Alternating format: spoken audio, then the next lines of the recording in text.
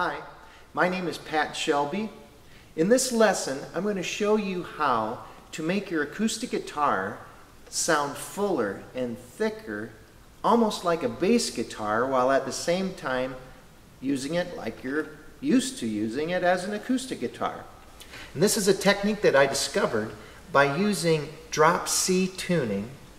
That's the same as standard tuning, but you tune your low E string down 2 whole steps to C. There is a companion PDF file that goes with this lesson, so be sure to download and print that out. And then get your guitar in standard tuning, tune your low E string down 2 whole steps to C, and then let's get started.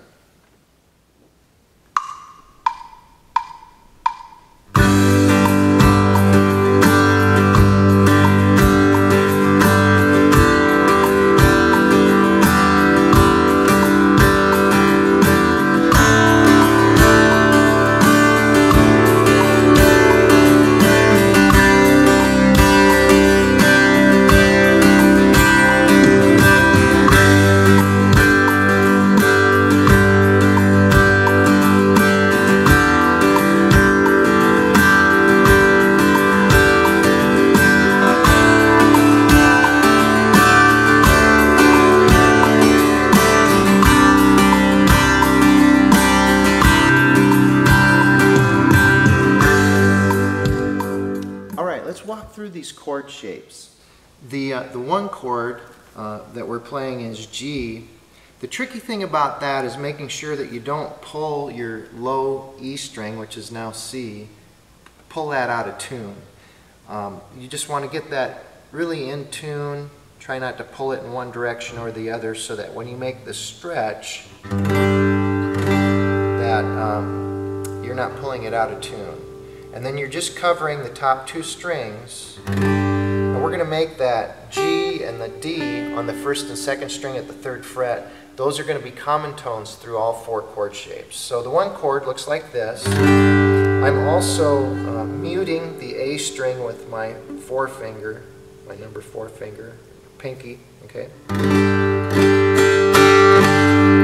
right, that's shape number 1. That's the one chord, and then the 6 minor is just leave your index finger where it is, and then put your 2nd finger at the 4th fret, and you'll get an E now. That makes it like an E minor 7. Okay. And for a little added flavor, you can walk that bass line down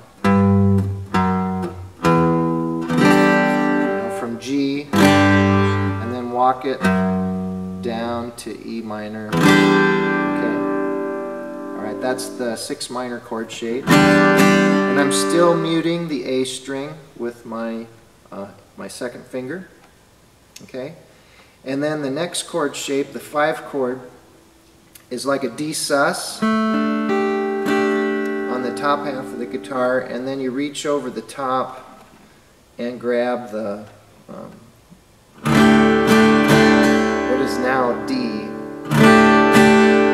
with your thumb, and that can be a little tricky to get used to at first if you're not used to that, but you're not using like your whole thumb over the top, but you're just getting enough of the flesh of your thumb to hold that string down. It takes a little bit of experimentation, but you can get the hang of it, and then we get a nice big thick full D sus sound. Okay.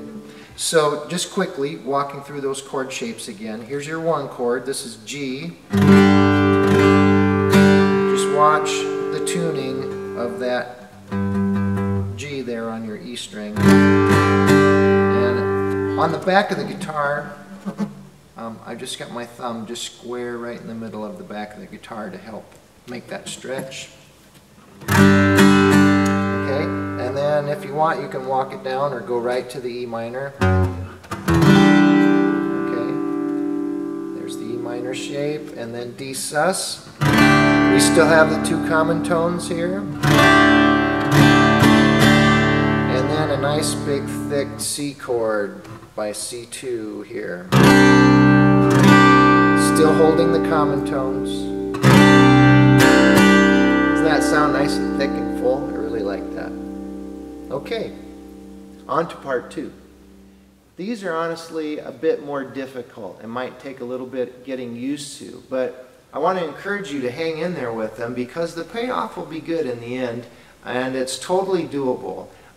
I didn't learn this in 1 week. I tried this over a series of weeks until I felt really comfortable with the chord shapes, and with a little practice you will too. Okay, so let's take a look at the first chord, which is the 5 chord, D. We've already done a little bit of something like that with the D sus, so this is just a straight D chord. So you're making a D chord shape on the top of the guitar, standard one, and then you're just reaching up over the top of the guitar to play a low D. Alright, so that's your 5 chord at the beginning of part 2. The next one is probably the most difficult chord to land on, and that's taking an A shape at the 7th fret and then using your thumb for the bass on the 6th fret, just below it. So you've got an A shape, and I base that A shape out of an A7 type shape.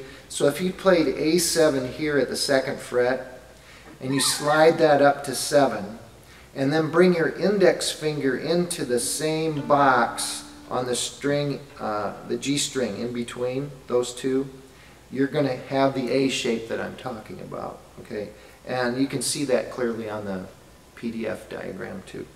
Okay, then bring your thumb over the top, and that's going to be F sharp right there. Okay, I let the A string ring out, and I also let the E string ring. So, you know, technically I guess you're looking at a D2 or a D add 2 with F sharp in the bass. Okay, so the first chord, D, and then we walk up the bass line by moving up here, so we're getting that D chord with F sharp in the bass. And then we move back to C2. Okay, and then use your pinky finger to play the E at the 4th fret of the E string here. Okay. And sometimes I walk it up using my index finger. Okay. So those are the 4 chord shapes. So you've got your 5 chord, and then 5 over 7, and then the 4 chord, and then the 4 chord with 6 in the bass. And sometimes, like I mentioned, I do. Okay, so I'm just going to play those in order, kind of in real time, all right?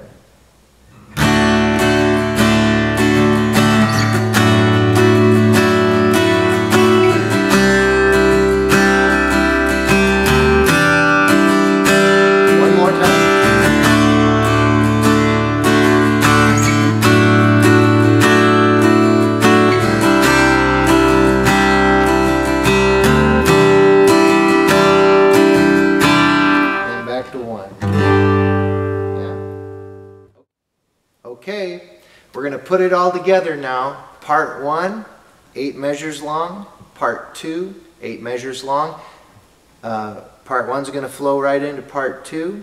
We're going to play along with a track, and I'll go through it a couple times so you have the ability to practice along. And maybe now by this point you might be recognizing what this song is. We'll see if you do. All right, here we go.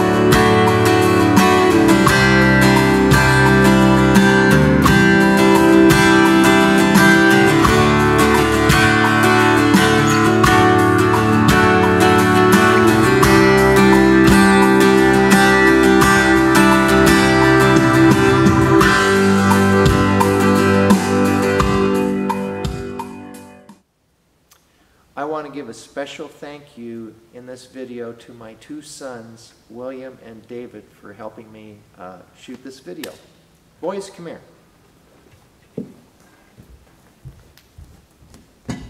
This is Will. This is David.